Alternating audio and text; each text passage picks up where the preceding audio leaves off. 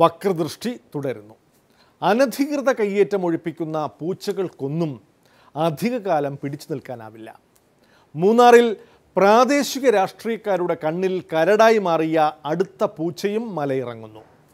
എതിർപ്പുകൾ മറികടന്ന് കയ്യേറ്റം ഒഴിപ്പിച്ച ദേവികുളം സബ് കളക്ടർ ശ്രീറാം വെങ്കിട്ടരാമൻ ഇനി എംപ്ലോയ്മെൻറ്റ് ഡയറക്ടറായിരിക്കും.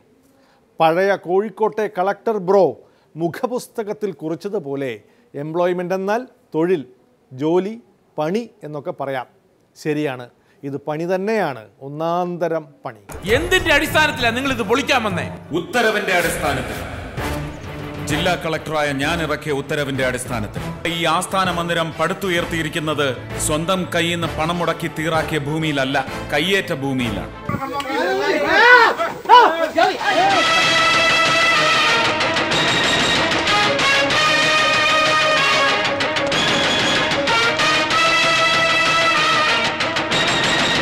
തല്ലിയാളിതാന്ന് പറയുന്നുണ്ടല്ലോ.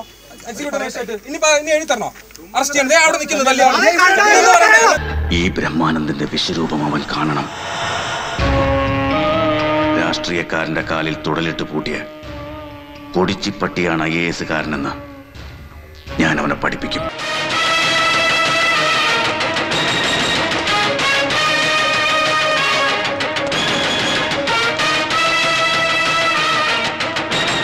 ശ്രീറാം വെങ്കിട്ടരാമൻ 2013 IAS ബാച്ചാണ്. അദ്ദേഹം അസിസ്റ്റൻറ്റ് കളക്ടറും സബ് കളക്ടറുമായി ഇപ്പോൾ 4 വർഷമായി.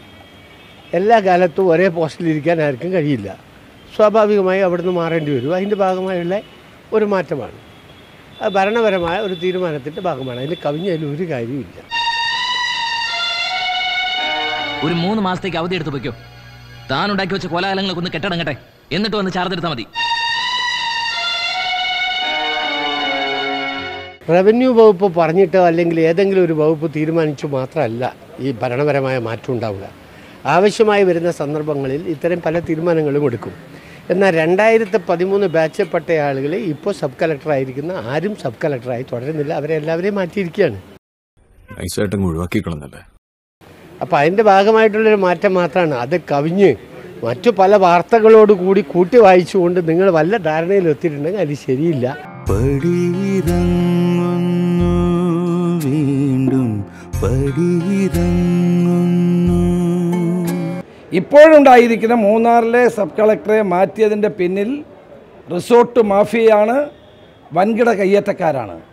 മഴയൊതുക്കുകൾ പിന്നിടുന്നു, വെയിൽ വരമ്പുകൾ പിന്നിടുന്നു, നേടിയോരോർമകൾ പിന്നിടുന്നു, പടിയിറങ്ങുന്നു. ഇവിടെ ഉദ്യോഗസ്ഥന്മാർ സ്വതന്ത്രമായി പ്രവർത്തിക്കാൻ അവർക്ക് കഴിയില്ല എന്നുള്ളതിൻ്റെ ഏറ്റവും വലിയ തെളിവാണ് ഇപ്പോഴത്തെ ഈ തീരുമാനം. പടിവരെ വന്നെത്തി നോക്കിയ പ്രിയനിലാവുകളെ, കടകടച്ചു വിതുമ്പി നിൽക്കും വിരഹസന്ധ്യകളെ. വിമർശനം ഉയർന്നപ്പോഴെല്ലാം സബ് കളക്ടർക്ക് പിന്തുണ നൽകിയത് റവന്യൂ മന്ത്രിയും CPIയുമാണ്. സർക്കാർ നയം നടപ്പാക്കുന്ന ഉദ്യോഗസ്ഥനെ സംരക്ഷിക്കേണ്ടത് സർക്കാരിൻ്റെ കടമയാണെന്ന് പാർട്ടി സെക്രട്ടറി കാനം രാജേന്ദ്രൻ പറഞ്ഞിട്ട് അധികമായിട്ടില്ല. അനധികൃത കയ്യേറ്റം ഒഴിപ്പിച്ച സബ് കളക്ടറെ തന്നെ ഇപ്പോൾ സർക്കാർ ഒഴിപ്പിച്ച് വിട്ടു. അത് ഒരു അഡ്മിനിസ്ട്രേറ്റീവ് മാറ്ററാണ്. ഒരു ഉദ്യോഗസ്ഥനെ മാറ്റണോ എന്നുള്ളതിനെ സംബന്ധിച്ച് മാധ്യമങ്ങൾ ചർച്ച ചെയ്തിട്ടോ അല്ലെങ്കിൽ പാർട്ടികൾ ഉന്നയിച്ചിട്ടോ അല്ല മാറ്റുന്നത്. സർക്കാരിൻ്റെ നയം നടപ്പിലാക്കുന്ന ഒരു ഉദ്യോഗസ്ഥനെ പ്രൊട്ടക്റ്റ് ചെയ്യാനുള്ള ബാധ്യതയാണ് സർക്കാരിനുള്ളത്. CPIയുടെ വീര്യവും ശൂരത്വവും ഒക്കെ ഇപ്പോൾ എവിടെ പോയി എന്ന് ഞങ്ങൾക്ക് അറിയാൻ താല്പര്യമുണ്ട്. ഇതിനെതിരെ ഏറ്റവും ശക്തമായ നിലപാട് സ്വീകരിച്ച CPI തങ്ങളുടെ അഭിപ്രായം തുറന്നു പറയേണ്ട സമയമാണിത്. അങ്ങനെ പവനായി ശവമായി എന്തൊക്കെ ബഹളമായിരുന്നു. മലപ്പുറം കത്തി, മെഷീൻ ഗണ്ണ്, ബോംബ്, ഒലക്കര മൂട്. എന്ത് തന്നെ ആയാലും കമ്മ്യൂണിസ്റ്റ് പാർട്ടിയിലെ സെക്രട്ടറി ആരെയും മാറ്റുന്നതിനെയും മാറ്റാതിരിക്കുന്നതിനെയും കുറിച്ച് അഭിപ്രായം പറയുമെന്ന് ഞാൻ കരുതുന്നില്ല. മുഖ്യമന്ത്രി കീഴിൽ പ്രവർത്തിക്കുന്ന ഒരു സബ് കളക്ടറെ മാറ്റണം എന്ന് CPM പരസ്യമായി ആവശ്യപ്പെടേണ്ട കാര്യമില്ല. എനിക്ക് മറ്റൊരു നല്ല ഐഡിയ തോന്നുന്നു. വേണ്ട, മിസ്റ്റർ വിജയന്റെ ഐഡിയാസ് മഹാവിഡ്ഢിത്തരങ്ങളായിരിക്കുമോ എന്ന് ഞാൻ ഭയപ്പെടുന്നു. അതൊക്കെ ഭരണപരമായ നടപടിയാണ്. അപ്പോൾ തീർച്ചയായും പാർട്ടി സെക്രട്ടറി പറഞ്ഞിരിക്കാനിടയില്ല. പാർട്ടി സെക്രട്ടറി പറഞ്ഞു എന്ന് പറഞ്ഞെന്നെ കൊണ്ട് പറയിക്കാനാണെങ്കിൽ എനിക്ക് അഭിപ്രായമില്ല. ഭരണപരമായ നടപടിയാണ് ഇപ്പോൾ സ്വീകരിച്ചത്. സത്യമായിട്ടും ഇത് തന്നെ ഞാനും പറയാൻ ആലോചിച്ചിരുന്നത്. ഞാനത് വിശ്വസിക്കുന്നില്ല. ശ്രീറാം വെങ്കിട്ടരാമൻ പോയെന്ന് വെച്ച് കയ്യേറ്റമൊഴിപ്പിക്കൽ നിലച്ചു എന്ന് കരുതേണ്ട എന്ന് റവന്യൂ മന്ത്രി. സർക്കാർ നയം ആരായാലും നടപ്പാക്കും. സർക്കാരിൻ്റെ നയം എന്തായിരിക്കും എന്നേ ഇനി അറിയാനുള്ളൂ. ഒരു ഉദ്യോഗസ്ഥൻ ഏതെങ്കിലും ഒരിടത്ത് ഇരിക്കുന്നത് കൊണ്ട് മാത്രമാണ് ഈ കാര്യങ്ങളൊക്കെ നടക്കുന്നത് എന്ന് ധരിക്കരുത്. തീർച്ചയായും ഉദ്യോഗസ്ഥന്മാർ അവരുടെ കൃത്യനിർവഹണത്തിൽ വളരെ താല്പര്യപൂർവ്വം ഇടപെടുകയും നിർവഹിക്കുകയും ചെയ്യുന്നുണ്ടാവും. തീർച്ചയായും അത്തരം സന്ദർഭങ്ങളിൽ നമ്മൾ അവരെ അഭിനന്ദിക്കും. അതോടൊപ്പം എല്ലാ കാലത്തും നീ അവിടെ തന്നെ ഇരുന്ന് ഇതുതന്നെ ചെയ്തുകൊണ്ടിരിക്കണമെന്ന് ഏതെങ്കിലും ഉദ്യോഗസ്ഥനോട് ഏതെങ്കിലും ഭരണാധികാരിക്ക് പറയാൻ കഴിയുമോ? സർവ്വ പണി അറിയുന്ന ഒരുത്തനെ കാര്യസ്ഥനായിട്ട് കിട്ടിയിട്ടുണ്ട്, നിയമിച്ചോട്ടെ. അത് സന്തോഷമുള്ള കാര്യമല്ലേ? ഈശ്വര, ആ നിധി എന്റെ വിധിയായ മുതലാളി. അപ്പൊ ഞാൻ നിനക്കിന്തു മുതൽ പുറംപടി. ഞാൻ രാജിവെക്ക. നീ രാജിവെക്കണ്ട. അങ്ങനെ വഴിക്ക് വാ. നിന്നെ ഡിസ്മിസ് ചെയ്തിരിക്കുന്നു. സർക്കാർ നടപടിയെ റവന്യൂ മന്ത്രിയും ന്യായീകരിക്കുന്നു. യോജിപ്പില്ലാത്ത യോഗത്തിൽ നിന്ന് വിട്ടുനിൽക്കുന്നത് പോലെ മന്ത്രിസഭാ യോഗത്തിൽ നിന്ന് ഇറങ്ങിപ്പോരാൻ പറ്റില്ലല്ലോ. നിങ്ങളെ സമയം തീരുമാനിക്കുന്നത് ഇപ്പോൾ മാധ്യമ സുഹൃത്തുക്കളാകരുത് പ്ലീസ്. എപ്പോഴാ മാറ്റേണ്ടത്, എപ്പോഴും മാറ്റിക്കൂടാന്നൊക്കെ നിങ്ങൾ തന്നെ തീരുമാനിച്ചാൽ പിന്നെ ഞങ്ങൾ എന്തിനാ ഭരിക്കുന്നത്? വീണ്ടും ഒരു ഇടവേള കൂടി. മധ്യസ്ഥനാം സുധാകരൻ ഇടവേളയ്ക്ക് ശേഷം.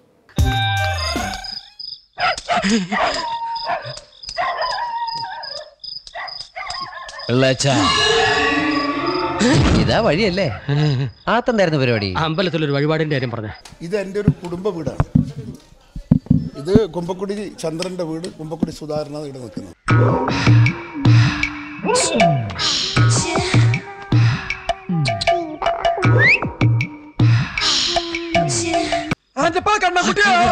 നാട്ടുകാരെ വിളിച്ചു കൂട്ടിട്ട് മോൻ എന്ത് കിട്ടും? എനിക്കൊന്നും കിട്ടില്ല, പിള്ളേച്ചന് കിട്ടും. നല്ല അസല് പൊതുക്ക്.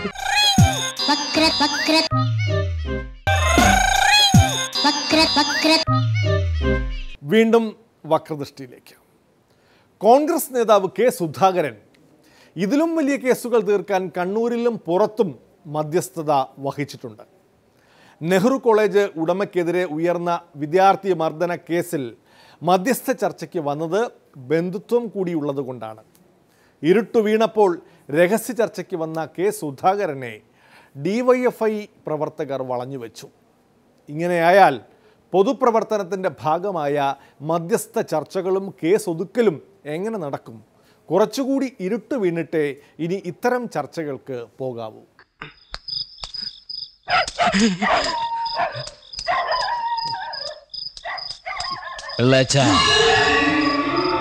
ഇതാ വഴിയല്ലേ?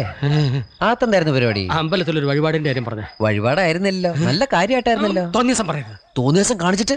ഇത് എൻ്റെ ഒരു കുടുംബ വീടാണ്. ഇത് കുമ്പക്കുടി ചന്ദ്രന്റെ വീട്, കുമ്പക്കുടി സുധാകരനാണ് ഇവിടെ നിൽക്കുന്നത്. ഒരു കുടുംബത്തിലെ നമ്മുടെ വീടാണ്.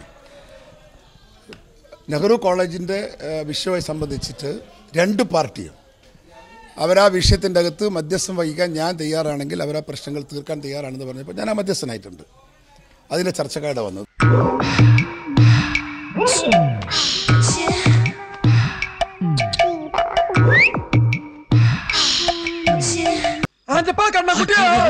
നാട്ടുകാരെ വിളിച്ചു കൂട്ടിട്ട് മോൻ എന്ത് കിട്ടും? എനിക്കൊന്നും കിട്ടില്ല, പിള്ളേച്ചന് കിട്ടും. നല്ല അസല് പൊതുക്ക്. വലിയ നിലവിലുള്ള ആളല്ലേ, എല്ലാവരും ഒന്ന് അറിയട്ടെ.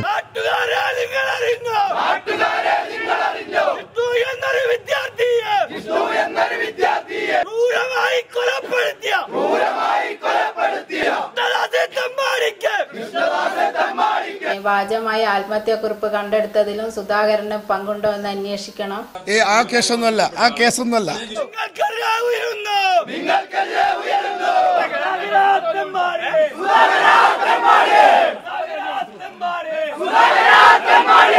നീ എന്റെ മാനം കളയരുത്. നിനക്ക് എന്ത് വേണേലും ഞാൻ തരാം. ഞാൻ പറയുന്നേക്ക്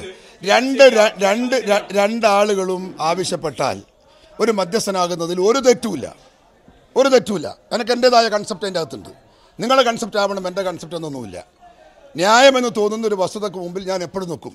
അതിന് എനിക്ക് ആരുടെയും പിന്തുണ വേണ്ട. ഞാനിവിടെ വന്നത് സംസാരിക്കാനാണ്, ചർച്ച നടത്താനാണ്. ചർച്ച നടത്തിയിരിക്കുന്നു, ഞാൻ തിരിച്ചു പോന്നു. ആരുടെയും അനുമതി ഇതിനു വേണ്ടെന്ന് കെ സുധാകരൻ പറഞ്ഞത് പാർട്ടിക്കുള്ളിൽ നിന്നു തന്നെ വരാവുന്ന എതിർപ്പ് കണക്ക് കൂട്ടിയിട്ടാണ്. സ്വാശ്രയ മുതലാളിയെ സർക്കാർ സഹായിക്കുന്നു എന്ന് പ്രതിപക്ഷം പറഞ്ഞുകൊണ്ടിരിക്കുമ്പോൾ മധ്യസ്ഥതയ്ക്ക് കോൺഗ്രസ് നേതാവ് പോയാൽ എന്താവും? അതുകൊണ്ട് തന്നെ ഈ പുരുഷുവിനെ അനുഗ്രഹിക്കാൻ പാർട്ടി തയ്യാറല്ല.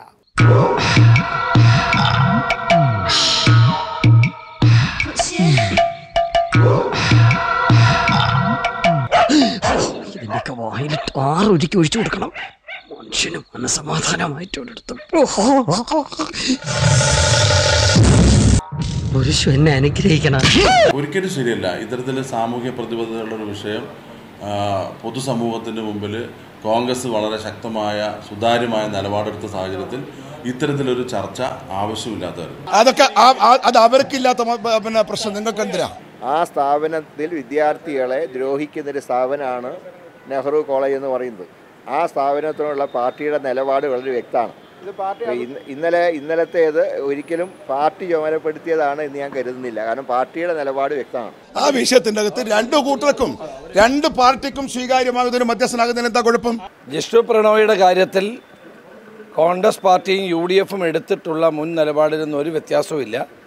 സുധാകരൻ ചർച്ച ചെയ്തിട്ടുണ്ടെങ്കിൽ അത് അദ്ദേഹം വ്യക്തിപരമായി ചർച്ച ചെയ്ത കാര്യമാണ്. അതൊക്കെ ഞങ്ങൾ എന്റെ തീരുമാനം നിങ്ങളുടെ തീരുമാനമല്ല, എന്റെ തീരുമാനം. സുധാകരൻ പാർട്ടിയോട് ആലോചിക്കാതെയോ ചർച്ച ചെയ്യാതെയാണ് അവിടെ മധ്യസ്ഥ ശ്രമത്തിന് പോയത്.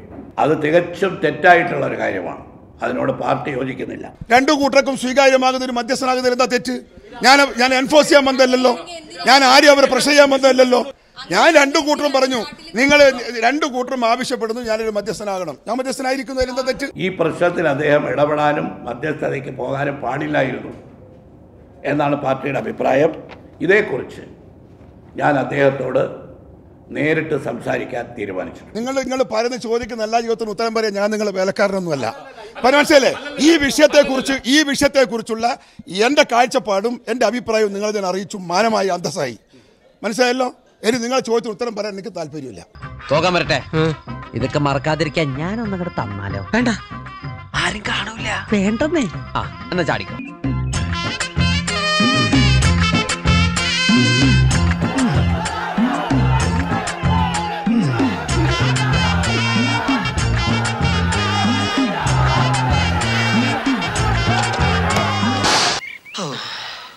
വെളുക്കാൻ തേച്ചത് പാട്ടായി. ഇതോടെ ഇന്നത്തെ വക്രദൃഷ്ടി സമാപിക്കുന്നു. വീണ്ടും നാളെ ഇതേ സമയം കാണാം. നന്ദി, നമസ്കാരം.